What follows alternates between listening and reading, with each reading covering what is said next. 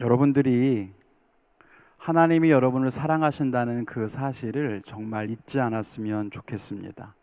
이게 왜 중요하냐 하면 하나님의 사랑을 믿는 사람들에게 그 사랑이 능력이 되는 거고, 하나님의 사랑을 의지하는 사람에게 그 사랑이 위로가 되기 때문입니다. 우리가 스펙을 잘 쌓아야만 그것이 내 인생을 돕는 능력이 되는 것이 아니고, 또 사람들이 우러러보고 우리를 존경 어린 시선으로 바라보는 그런 것이 있어야만 우리가 존귀하게 되는 것은 아닙니다. 하나님의 사랑, 우리를 향한 변치 않는 사랑이야말로 우리가 의지할 수 있는 힘이고 우리를 승리하게 하는 능력이라는 것을 우리는 반드시 알아야만 합니다. 우리가 아브라함의 이야기를 계속 이어 생각하면서 하나님이 우리를 어떻게 사랑하시는가에 대해 이야기를 나누고 있습니다. 여러분, 지난 이야기 혹시 생각나십니까? 2주 전에는 하나님이 우리를 사랑하셔서 우리를 구원하셨습니다 라고 하는 이야기를 했고요. 지난주에는 하나님이 우리를 사랑하셔서 약속을 주셨습니다, 이런 말씀을 나누었습니다. 맞아요. 하나님의 사랑은 단순하게 우리를 향해 하나님 안에 간직하고 있는 어떤 그런 내면의 마음 상태를 의미하는 것이 아닙니다. 하나님은 우리를 사랑하셔서 우리를 위해서 일하신다는 거예요. 적극적으로 행동하시고 그 사랑을 우리에게 전해 주십니다. 그게 뭐냐? 우리를 구원하신 것, 우리에게 약속을 주시는 것. 그것이 하나님이 우리를 사랑하시는 방법이고, 우리를 사랑하셔서 일하시는 하나님의 역사라고 하는 것을 우리는 꼭 알아야 돼요. 그리고 오늘은 우리를 향한 하나님의 사랑, 그 세 번째 시간으로 하나님이 우리를 사랑하셔서 우리의 길을 인도하십니다, 이런 제목으로 말씀을 생각해 보며 은혜를 나누기를 원합니다. 오늘 말씀은요, 아브라함의 어떤 서사 속에 들어있긴 하지만 사실 주인공은 아브라함은 아닙니다. 하나님이 아브라함에게 약속을 주셨지만 아직까지 아들을 낳지 못하고 있었는데, 그때 아브라함의 아내인 사레가 자기 여종을 아브라함의 첩으로 내어주죠. 그래서 이 여인에게서 아들을 낳게 하려는 것이었습니다. 그런데 막상 정말 하갈이 아이를 임신하고 나니까 이 하갈이 여주인이었던 사레를 멸시하기 시작합니다. 그런데 여주인의 입장에서는 이런 사례를 용납할 수가 없었던 거예요. 그래서 사레가 아브라함을 찾아갑니다. 내가 하갈을 당신에게 첩으로 준 건 내가 아이를 낳지 못하니까 대신 낳으라고 한 거였지, 왜 자기가 정실 부인이고 내가 첩인 것처럼 저 여인이 나를 멸시하도록 내버려 둡니까? 내가 왜 이런 모욕을 당해야 돼요? 이게 맞습니까? 이렇게 따지는 거죠. 이때 아브라함이 이 일에서 한 걸음 물러섭니다. 사레가 하고 싶은 대로 그냥 하라는 거예요. 결국 이런 갈등 속에서 사레는 하갈을 학대하기 시작했고, 하갈은 도망쳐버리고 맙니다. 이때 여호와의 사자, 쉽게 말해서 천사가 하갈을 찾아옵니다. 그렇다면 여러분, 천사가 찾아온 이 뒤의 이야기는 어떻게 전개되는 게 좋겠습니까? 하갈이 학대를 받다가 멀리 도망가고 있는 그런 길이었습니다. 집에는 자기를 멸시하고 학대하는 여주인이 있고, 자기 아이 아버지인 집주인은 자기를 지켜주지를 않는 거예요. 이런 상황에서 하나님이 천사를 보내셨다면 우리는 무엇을 기대하게 될까요? 하갈이 도망칠 수 있는 좋은 장소를 알려주시거나 기적을 일으켜서 하갈에게 필요한 무언가를 좀 채워주시면 좋겠다, 이런 예상을 하기가 쉽죠. 하나님이 천사를 보내셨다면 뭔가 도움을 주시기 위해 보내셨을 테니까. 그런데 이 천사가 한 행동이 뜻밖입니다. 9절에 보니까 여호와의 사자가 그에게 이르되 너의 여주인에게로 돌아가서 그 수하에 복종하라, 이렇게 말씀하셨어요. 그게 하나님의 뜻이었습니다. 이게 하나님이 일하는 방법이고 하나님의 도우심이라고 한다면 여러분은 어떻게 생각하십니까? 여러분이 괴로워서 도망쳤는데, 현실이 힘들어서 갈 곳이 없는데, 절벽에 서 있는 것처럼 절망과 근심을 가득 안고 있는데 하나님이 그때 여러분에게 찾아오셨단 말이에요. 와, 하나님이 나를 도와주시려나? 내게 무슨 기적을 주시려나? 기대하고 있는 여러분에게 하나님 하시는 말씀이 너의 현실로 다시 돌아가라. 여러분, 이렇게 말씀하시면 여러분 기분은 어떻겠습니까? 이 말씀 이해할 수 있을까요? 그런데요, 이게 하나님이 당신을 사랑하시는 방법이라는 걸 우리는 꼭 알아야 합니다. 하나님이 우리를 사랑하시는 세 번째는요, 우리의 길을 인도하신다는 사실입니다. 때로 그 길을 우리가 다 이해할 수 없을지라도, 때론 우리가 원하지 않는 길로 인도할지라도 하나님이 우리의 길을 이끌어 가십니다. 그게 우리를 사랑하시는 방법이래요. 오늘 함께 말씀을 생각해 보며 은혜를 나누기를 원합니다. 그 첫 번째는 하나님의 인도하심은 그 길을 따르는 자에게만 복이 된다는 사실입니다. 하나님이 우리를 사랑하신다는 것은 변함이 없거든요. 그리고 하나님은 세상 모든 사람을 사랑하십니다. 그런데요, 하나님이 우리를 사랑하셔도 그 사랑은 그걸 받아들이는 사람에게만 힘이 되고 능력이 될 수 있습니다. 하나님이 우리를 사랑해서 구원하셨다고 하지만 그 구원을 받아들이는 사람에게만 영원한 복이 주어지는 거고, 또 하나님이 우리를 사랑해서 약속을 주셨다고 했지만 그 약속을 붙들고 살아가는 사람에게만 그 약속이 의미가 있는 거지, 약속을 믿지도 않고 받으려고도 하지 않는 사람에게 그 약속은 아무것도 아닌 거죠. 마찬가지로 하나님이 우리를 사랑하셔서 우리를 인도하시지만 그 인도하심을 따르지 않으면 우리 인생에는 아무런 유익이 없다는 것입니다. 우리를 좋은 길로 인도하시고 우리를 복된 곳으로 이끌어 가시려고 해도 우리가 따르지 않는다면 하나님이 억지로 우리에게 목줄을 채워서 끌고 가시지는 않는단 말이죠.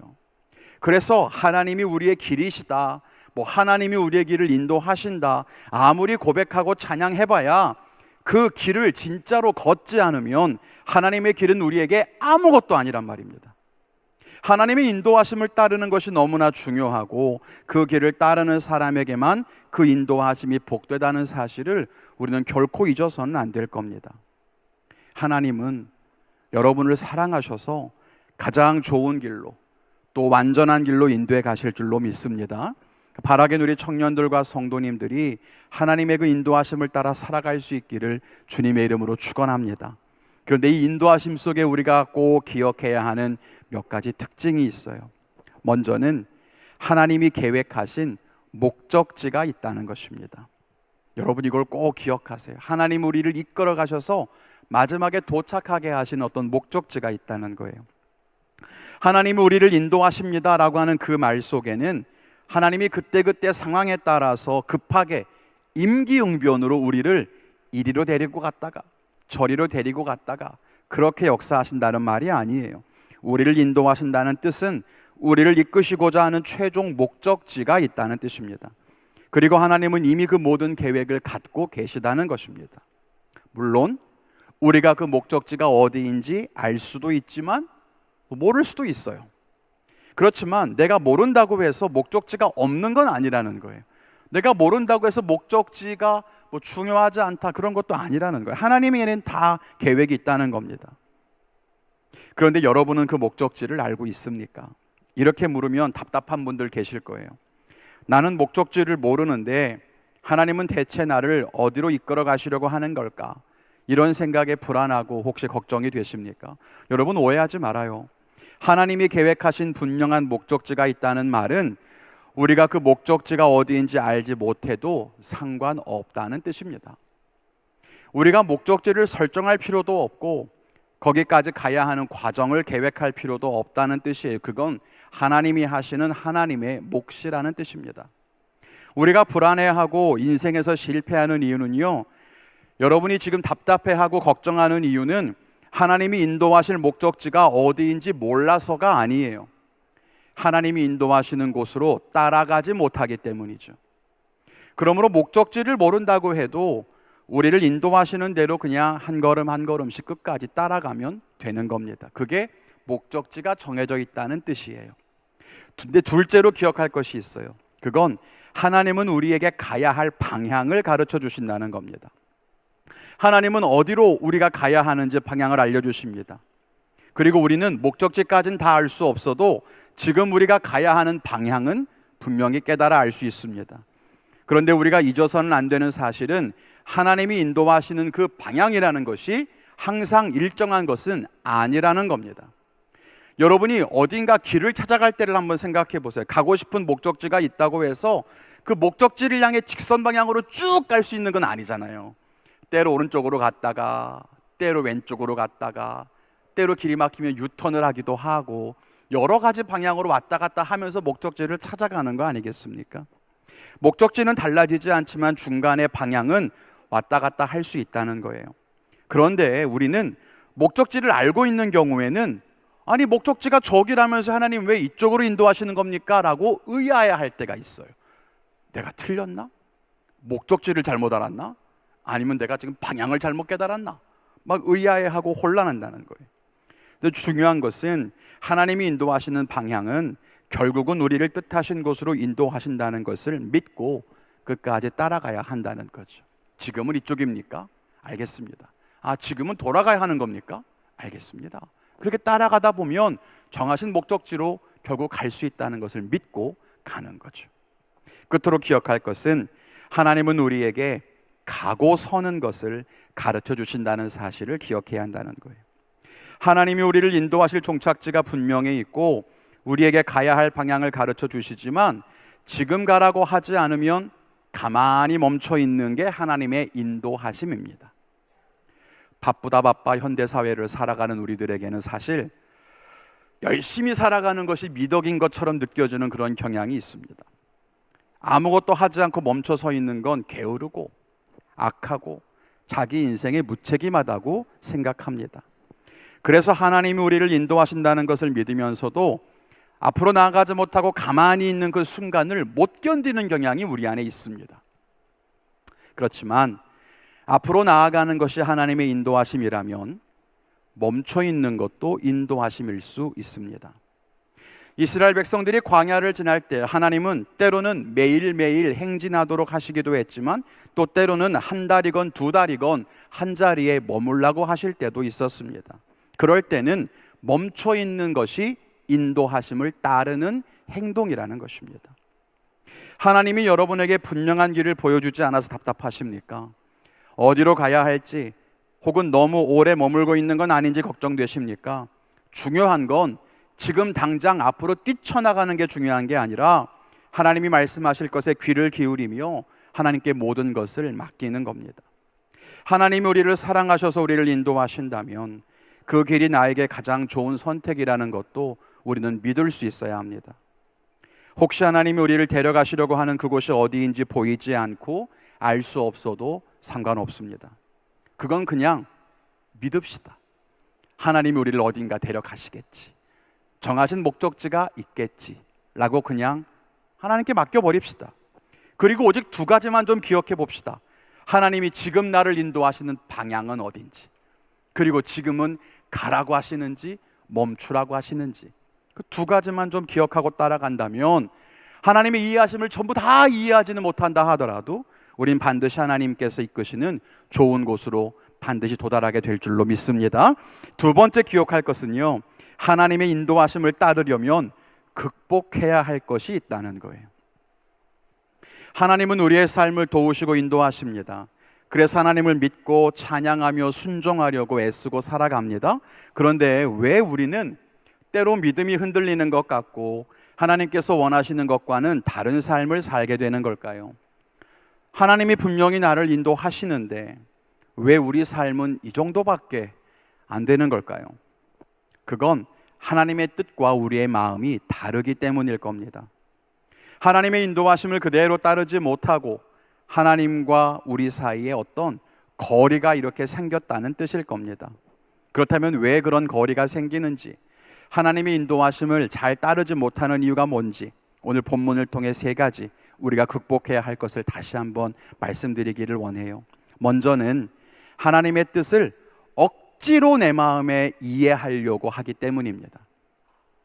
이 아브라함은요, 하나님께서 많은 자손을 약속하셨지만 자기에게 아들이 없으니까 처음에 뭐라 그래요? 지난주 살펴봤죠. 자기 집에 있던 종을 양자로 삼아서 그러면 후손을 많이 낼게요. 처음에 그렇게 이야기를 합니다. 근데 하나님이 말씀하세요. 아니, 양자 말고 네가 낳을 아들을 통해서 후손이 많아질 거야 라고 이야기를 하셨죠.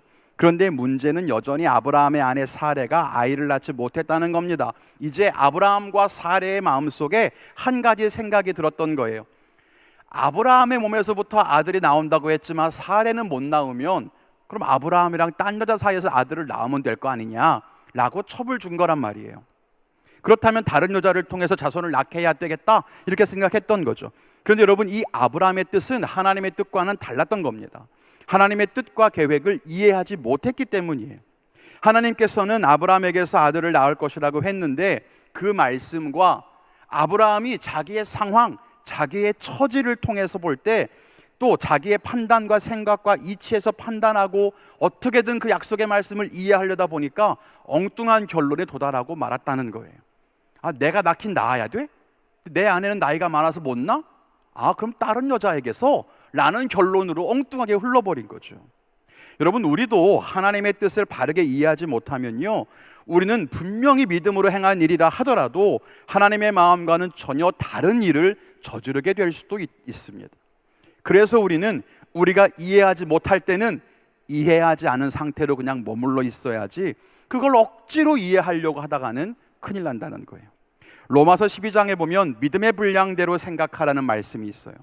우리가 지혜가 없고 어리석어서 하나님의 뜻을 이해하지 못하는 건 그럴 수 있다고 칩시다.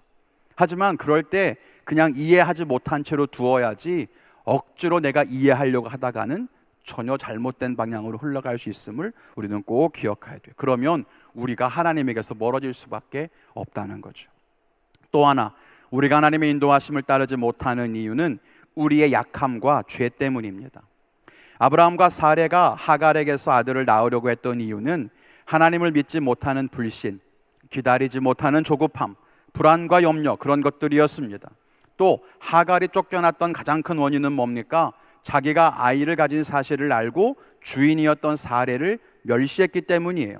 하갈이 임신했던 건 분명히 축복일 수 있었지만 축복 때문에 교만해진 거죠.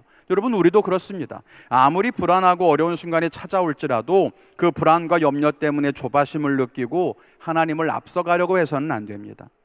또 반대로 우리가 좋은 일을 누리고 있을 때 그것 때문에 영적으로 흐트러지고 교만해진다면 결국 무너지고 말 겁니다. 자기가 누리는 축복이 하나님의 은혜로 주어진 것임을 잊고 교만해진다면 하나님의 뜻에 우리의 마음이 맞춰질 수가 없기 때문입니다. 그러므로 좋을 때나 나쁠 때나 축복의 순간이나 고난의 순간이나 그런 일들에 머물러 있을 것이 아니에요. 연약함과 죄에 넘어지면 안 된다는 겁니다. 끝으로 우리가 하나님의 인도하심을 따르지 못하는 세 번째 이유는 우리의 상황에 집중하기 때문이에요. 하갈에게 모욕받던 사레가 아브라함에게 말합니다. 내가 받는 이 모욕은 당신이 받아야 마땅하다. 그러니 당신과 나 사이에서 하나님께서 판단하시기를 원한다. 이렇게 말해요. 그래서 아브라함이 사레에게 맡겨요. 당신의 요종이니까 그럼 당신이 하나님 뜻에 맞게 판단하세요. 이럽니다. 그랬지만 결국 사레는 말로는 하나님께서 판단하시기를 원한다고 했지만 결국은 자기 마음 내키는 대로 하갈을 학대하고 만다는 거예요. 그게 하나님의 뜻이었겠습니까? 아니라는 거예요. 근데 자기가 억울하고 속상하니까 자기 마음대로 요종을 학대하게 됩니다. 또 학대받다 못해 하갈이 집을 나갔죠. 그것도 하나님의 인도하심은 아니었을 겁니다. 하나님께서 원하시는 바가 아니었어요. 그러니까 하갈에게 천사를 보내 다시 돌아가라고 하셨겠죠. 그런데 하갈 역시도 학대를 견디다 못해 도망친 이유는 자기의 상황에 집중했기 때문이에요. 하나님의 뜻은 어디에 있을까? 내가 어디로 가야 할까가 아니라 나 힘들어 죽겠어, 여기서 있을 수가 없어, 그냥 자기 상황이 있다 보니까 뛰쳐나가게 된 거죠. 하나님의 뜻과 음성보다 자기들이 처한 상황이 더 크고 더 중요하게 보이면 하나님의 인도하심을 따를 수가 없습니다. 그냥 상황에 등 떠밀리는 선택을 할 수밖에 없어요. 종에게 무시당하는 아내의 모습에 안타까움을 느낀 아브라함은 하나님의 뜻을 구하지 못했고, 종에게 무시당하며 분노를 느낀 나머지 사레도 하나님의 뜻을 구하지 못했습니다. 하갈도 주인의 학대를 당하다 보니 억울하고 분노에 차올라서 하나님의 뜻을 구하지 못합니다. 이렇게 자기의 상황과 감정에 매여 있다 보니 하나님의 뜻을 구별하지를 못하는 것입니다. 우리가 정말로 하나님의 마음과 뜻을 원한다면 우리의 상황이나 감정에 집중하지 말고 하나님의 뜻을 구해야 하는 겁니다. 상황에 사로잡히면 상황에 등 떠밀려서 어쩔 수 없는 선택을 할 수밖에 없어요. 하나님의 인도하심을 따르려고 하면 그 상황을 넘어서는 믿음의 선택을 해야 한다는 거예요. 지금 내 상황이 이러니까 이거밖에 답이 없어가 아니라 내 상황과 상관없이 하나님은 내게 뭘 원하시지? 를 구해야 되는 거죠. 우리 청년들과 성도님들이 이것을 기억했으면 좋겠습니다. 하나님의 인도하심을 따르는 것이 복되다, 여러분 그건 누구나 알 수 있어요. 그러나 그게 결코 쉬운 건 아닙니다. 우리가 처한 상황에 갇혀 있지 말고 하나님의 뜻을 내 마음대로 이해하려고 하지 말고 하나님이 인도하시는 방향을 따라서 인도하시는 때에 맞춰서 그렇게 하나님을 따라갈 수 있기를 주님의 이름으로 간절히 축원을 드립니다. 끝으로 세 번째로는요, 이해할 수 없는 길이라도 인도하심을 따라야 한다는 거예요. 하나님이 인도하시는 대로 산다는 건 하나님의 뜻에다가 우리의 뜻을 맞춘다는 뜻이지, 우리가 원하는 대로 하나님의 뜻을 맞추려고 하는 건 아닐 거예요. 그리고 그러기 위해서는 하나님의 뜻을 기준으로 생각하고 판단하고 행동해야만 합니다. 하갈을 찾아온 여호와의 사자가 묻습니다. 너는 어디서 왔고 어디로 가느냐? 하갈이 대답하기를 나는 내 여주인 사레를 피해서 도망합니다 라고 말해요. 그런데 여기 한 가지 대답이 빠져 있어요. 하갈은 어디로 가는지에 대해서는 답을 하고 있지 않습니다. 사실 지금 하갈에게는요, 어디로 가는지는 중요하지 않은지도 모르겠습니다. 자기를 괴롭히는 사례를 피해서 고난과 시련의 자리에서만 도망하면 되는 겁니다. 뭐 어디로 가든지 무슨 상관이 있었겠어요. 사례의 집만 아니면 되지. 그것만 아니면 아무데나 상관없었던 거예요. 그러니까 어디로 가야 하는지에 대해서는 답도 없고 대책도 계획도 없이 그냥 뛰쳐나온 겁니다. 우리도 그렇게 살아갈 때가 있습니다. 지금 당장 이 어려움을 피하는 게 중요하지, 어디로 가든 그건 상관없는 것처럼 삽니다. 부모님이 싫으니까 독립합니다. 일찍 결혼합니다. 그냥 뛰쳐나가는 거예요. 누구랑 결혼하든 상관없습니다. 뭐 어느 집든 상관없죠. 이런 게 우리의 마음일 때가 있잖아요. 돈 문제를 해결을 해야 하면 돈 문제 해결을 위해서 범죄하는 자리로 가든 유혹의 자리로 가든 상관없어요. 이 병을 고쳐주기만 하면 뭐 하나님께 기도하고 나서 다시 점을 보는 것도 별로 주저하지 않습니다. 지금 당장 이 괴로움에서 벗어날 수만 있다면 하나님이 싫어하시는 성적인 죄든 도박이든 술이든 상관없습니다. 우리에게는 어디로 가는지는 별로 중요하지 않아요. 그냥 지금 여기에서만 도망할 수 있으면 되는 것처럼 살 때가 있어요. 그런데요, 그럴 때 우리는 하나님의 뜻에서 너무나 멀어지는 삶을 살게 됩니다. 하나님의 인도하심과는 상관없이 사는 거죠. 하나님의 뜻이 우리의 삶에 이루어지려면 우리가 어디로 가야 하는가 하는 그 목표와 방향을 하나님의 뜻에 두어야만 합니다. 여호와의 사자가 하갈에게 말합니다. 너는 너의 주인에게 돌아가라. 그게 하나님의 뜻이었습니다. 그런데 여러분 아시는 것처럼 하갈은 방금 거기서 도망쳐 나오는 길이었습니다. 그런데 거기로 다시 돌아가는 게 하나님의 뜻이라니요. 이걸 어떻게 이해해야 할까요? 하나님이 정말 나를 사랑하신다면 나를 학대하는 주인에게서 최대한 멀리 보내주시던지, 주인을 벌 준 다음에 그리고 나를 돌아가라고 하시던지, 아니면 다른 대책을 마련해 주셔야지 다시 거기로 돌아가야 한다니, 이게 하나님의 선하신 뜻이 맞습니까? 왜 하나님은 하갈에게 이런 말씀을 주신 걸까요? 그 이유를 오늘 본문에서는 분명하게 기록하고 있지는 않습니다. 뭐 짐작해 본다면 하갈이 이대로 광야로 도망쳤다면 생존하기 어려웠을 수도 있겠죠. 광야 한가운데 떠돌아다니는 여인이 할 수 있는 건 아무것도 없었을 테니까. 약탈이 일상이었던 고대 근동의 삶은 혼자 된 여인을 지켜줄 만한 사회적인 안전장치가 없었으니까 뭐 그랬을 수도 있을 것 같습니다. 그래서 하나님이 하갈을 다시 아브라함에게로 돌려보냈는지도 모르겠어요.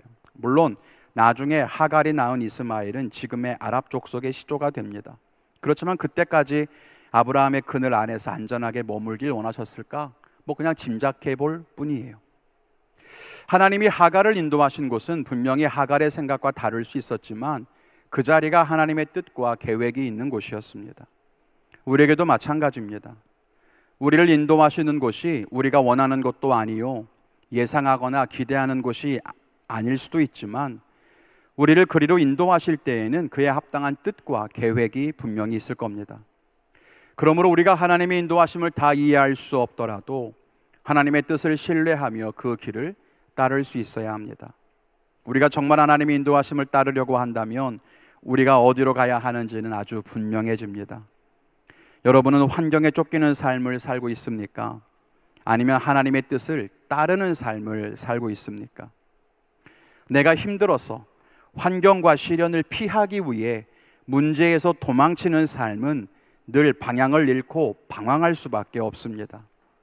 그러나 우리가 원하든 원하지 않든 하나님의 인도하시는 계획과 뜻을 향해 살아가면 때로 돌아가더라도, 비록 늦을지라도 하나님이 원하시는 곳에 우리는 반드시 서게 될 겁니다. 그리고 그곳에서 하나님의 뜻이 이루어지게 되겠죠. 여러분은 문제를 피해서 길을 걷고 있습니까? 아니면 하나님의 뜻을 향해서 길을 걷고 있습니까? 내가 원하는 곳이 아니어서 인도하심을 알면서도 따르지 못합니까? 아니면 인도하시는 곳이 어딘지를 잘 모르겠습니까? 우리가 하나님께 우리를 인도해 달라고 기도하며 그 길과 방향을 찾아야 할 겁니다. 놀라운 사실은 하나님은 인도하심을 따라 살아가고자 하는 사람에게 힘과 위로를 주신다는 거예요. 오늘 하나님의 말씀을 따라 다시 떠나온 아브라함의 집으로 돌아가야 하는 하갈에게 하나님은 이렇게 약속하셨습니다. 너에게 자손의 복을 줄 거다.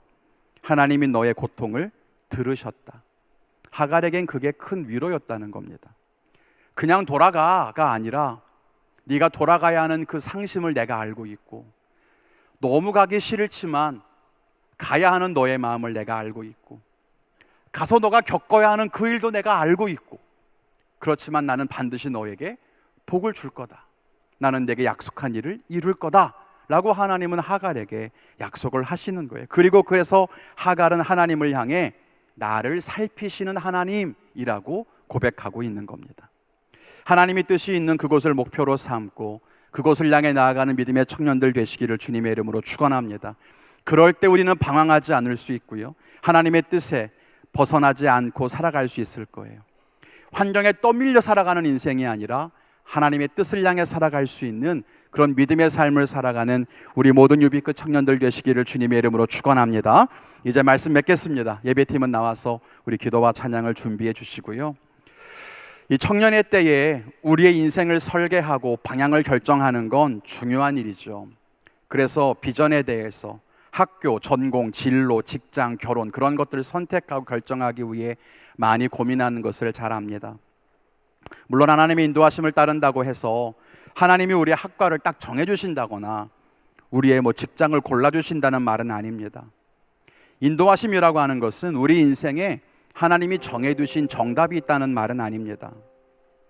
때로 하나님의 인도하심은 하갈에게 찾아온 천사의 말처럼 분명하고 알아듣기 쉬울 수도 있지만, 때론 아브라함 부부에게 주셨던 약속처럼 모호하고 범위가 넓은 것일 수도 있습니다. 우리가 걸어가야 할 조금은 일반적이고 넓은 기준, 하나님의 보편적인 뜻을 알게 하셔서 우리를 인도하실 수도 있고, 어떤 때는 환상이나 특별한 말씀을 통해 우리를 구체적으로 이끌어 가실 수도 있습니다.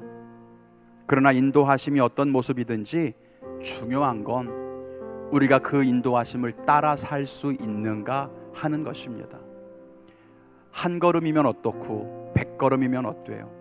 따라가지 않으면 아무 일도 일어나지 않는 거고, 한 걸음이라도 한 걸음을 나아갈 수 있다면 우리는 오늘 하나님의 약속에 더 가까워지는 거 아니겠습니까? 그럴 때 하나님은 우리의 삶에 계획하신 아름다운 일들을 반드시 완성하실 줄로 믿습니다.